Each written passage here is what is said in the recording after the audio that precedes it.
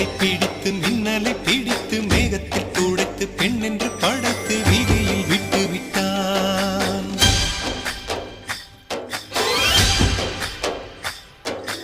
இப்படி இன்னொரு பெண்மையை படைக்க தன்னிடம் கற்பனை தீர்ந்ததை எண்ணித்தான் பிரம்மனும் மூர்ச்சையுற்றான்.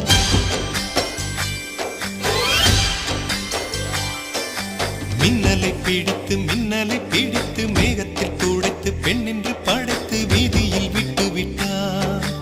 இப்படி இன்னொரு பெண்மையை படைக்க தன்னிடம் கற்பனை தீர்ந்ததை எண்ணித்தான் பிரம்மனும் மூர்ச்சையுற்றான். அவளின் ஆசை